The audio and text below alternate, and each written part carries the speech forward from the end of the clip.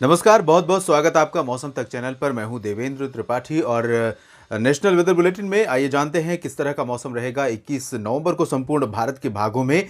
मध्य भारत और दक्षिण भारत के क्षेत्रों में कई जगहों पर वर्षा हो रही है और जिस सिस्टम के कारण हो रही थी वो सिस्टम अब कमज़ोर हो चुका है। सेंट्रल पेनिनसुलर रीजन पर है, यानी उत्तरी तमिलनाडु और इससे सटे कर्नाटक के तटवर्ती आंतरिक हिस्सों पर। लेकिन जो अरेबियन सी में बना हुआ सिस्टम था वो अब इंटेंसीफाई हो रहा है और इस समय इसकी जो इंटेंसिटी है वो वेल मार्क की है, वेल मार्क लो प्रेशर की, यानी कि गहरा निम्न दबाव हो गया है। यहाँ पर जो दबाव है वो और कम होता जा रहा है, तो इस वजह से यहाँ पर इसके इंटेंसिफिकेशन होने की संभावनाएं बढ़ गई हैं और इसके आसपास कोई स्ट्रॉन्ग वेदर सिस्टम नहीं है जो इसकी एनर्जी को लूज़ करे और इसको कंप्लीट सी ट्रेवल, मतलब भरपूर समुद्री सफ़र मिल रहा है। इस वजह से ये इंटेंसिफाई होगा। लेकिन भारत के लिए अगर हम इसके प्रभाव की बात करें, भारत के कॉन्टेक्स्ट में अगर हम इसको देखें, तो ये सिस्टम कमज़ोर स्ट्रांग भले होगा, लेकिन क्योंकि भारत के तटों से ये दूर पश्चिमी और उत्तर पश्चिमी दिशा में आगे बढ़ेगा, जिस वजह से भारत के तटों पर बहुत लंबे समय तक बहुत ज़्यादा इम्पैक्ट ये नहीं डालने वाला है। लेकिन इस सिस्टम से गुजरात तक जो ट्रफ रेखा बनी हुई है, इसके चलते यहाँ पर आप देखिए जो मॉइस्चर का थ्रो है, हवाओं का जो थ्रो है वो लगातार यहाँ पर पहुँच रहा है। ये अलग बात है कि दिल्ली समेत पूर्वी राजस्थान और उत्तर प्रदेश के तमाम इलाकों में, मध्य प्रदेश के उत्तरी और पश्चिमी हिस्सों में जो बादल पहुँचे वो थोड़ा हाई क्लाउड थे। आज उम्मीद थी बारिश की दिल्ली और एनसीआर के क्षेत्रों में कुछ जगहों पर, लेकिन बारिश नहीं हुई है फिलहाल। इसकी वजह ये रही कि जो बादल यहाँ पर पहुँचे उनकी जो ऊंचाई थी वो ज़्यादा थी और वो बारिश वाले बादल आमतौर पर नहीं होते हैं।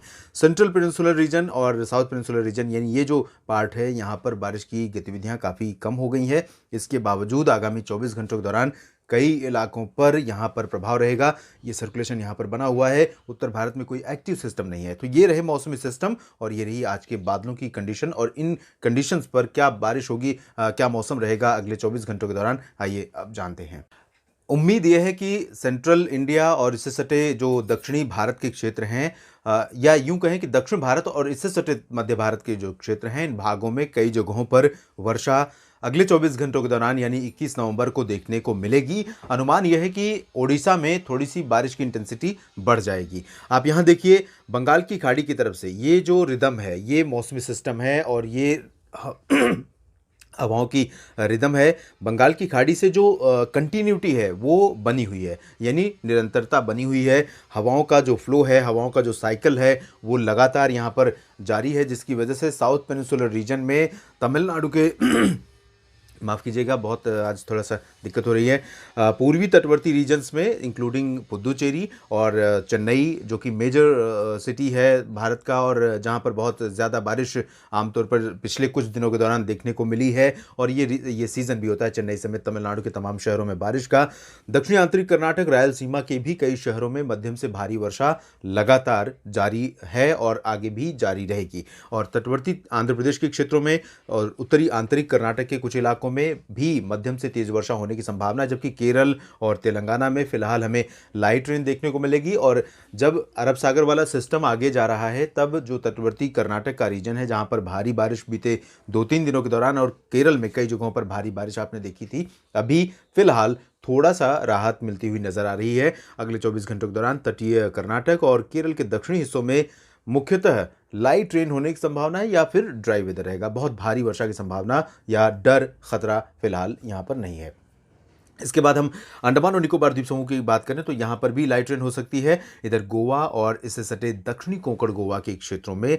और जो मध्य महाराष्ट्र का रीजन है, सांगली, सतारा, सोलापुर, कोल्हापुर, पुणे, नासिक, इन सभी भागों में कई जगहों पर मध्यम से भारी वर्षा होने की संभावना है। ठाणे से लेकर मुंबई, अलीबाग, इन सभी क्षेत्रों में भी कई जगहों पर मध्यम से तेज वर्षा हो सकती है।